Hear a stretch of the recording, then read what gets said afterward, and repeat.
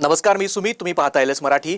12च्या election special बुलेटिनमध्ये आपलं स्वागत. प्रशांत जगताप काँग्रेसमध्ये प्रवेश करणार आहेत. जगतापांच्या प्रवेशाने राष्ट्रवादीला फटका बसणार असून पुण्यात काँग्रेसची ताकद वाढणार आहे. काँग्रेस प्रदेशाध्यक्ष हर्षवर्धन सपकाळ यांच्या उपस्थितीमध्ये त्यांचा पक्षप्रवेश होईल.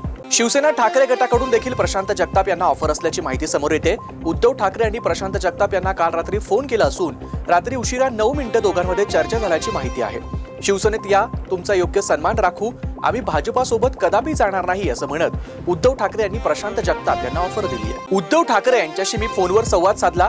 मी भाजपसोबत जाणार नाही असं प्रशांत जगतापांनी सांगितलंय. भाजपनं ऑफर दिली तर आम्ही भाजपसोबत जाणार नाही असं प्रशांत जगताप म्हणाले. एकेकाळी मनसेची तोफ असलेले प्रकाश महाजन शिवसेनेत प्रवेश करणार असल्याची शक्यता आहे. प्रकाश महाजन यांनी उपमुख्यमंत्री एकनाथ शिंदे यांची भेट घेतली आहे. शिंदेंच्या उपस्थितीमध्ये पक्षप्रवेश होणार असल्याची माहिती सूत्रांनी दिली आहे.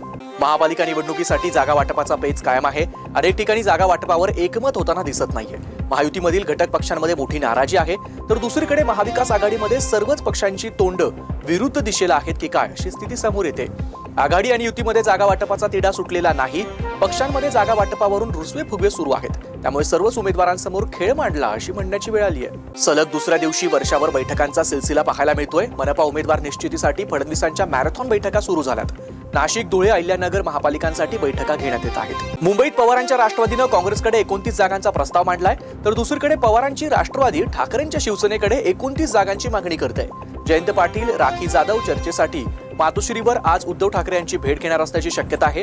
शशिकांत शिंदे देखील काँग्रेस नेत्यांशी चर्चा करणार असल्याची माहिती मिळते. ठाकरेंची शिवसेना आणि काँग्रेस समोर युतीचा पर्याय खुलं ठेवत शरद पवारांच्या राष्ट्रवादीनं 6 संभाव्य उमेदवारांची यादी निश्चित केली आहे. यामध्ये राखी जाधव, मनीषा रहाटे, अजित रावराणे, जहिदा सिराज अहमद, धनंजय पिसाळ आणि रुई खानोलकर यांचा समावेश आहे.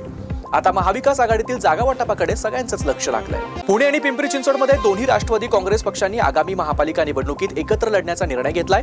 या निर्णयामुळे महाविकास आघाडीत फूट पडल्याचं स्पष्ट झालंय. राष्ट्रवादीच्या या एकत्र येण्याला ठाकरे गटाच्या शिवसेनेनंतर काँग्रेसनंही विरोध दर्शवला.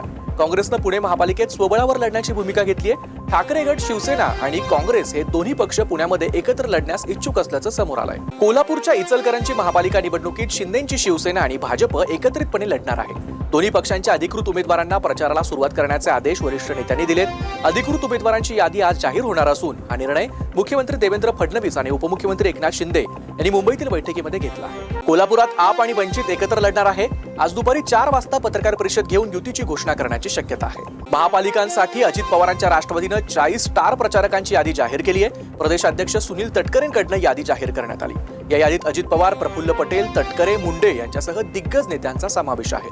आगामी महापालिका निवडणुकांच्या पार्श्वभूमीवर उपमुख्यमंत्री एकनाथ शिंदेंच्या नेतृत्वाखाली स्टार प्रचारकांची यादी जाहीर करण्यात आली आहे. या यादीत उपमुख्यमंत्री एकनाथ शिंदे, रामदास कदम, गजानन कीर्तीकर, खासदार डॉक्टर श्रीकांत शिंदे, केंद्रीय मंत्री प्रतापराव जाधव, उपसभापती डॉक्टर नीलम गोऱ्हे, मंत्री गुलाबराव पाटील, उदय सामंत, शंभूराज देसाई, दादाजी भुसे, संजय राठोड आणि भरत गोगावले यांच्यासह अनेक ज्येष्ठ आणि युवा नेत्यांचा समावेश आहे.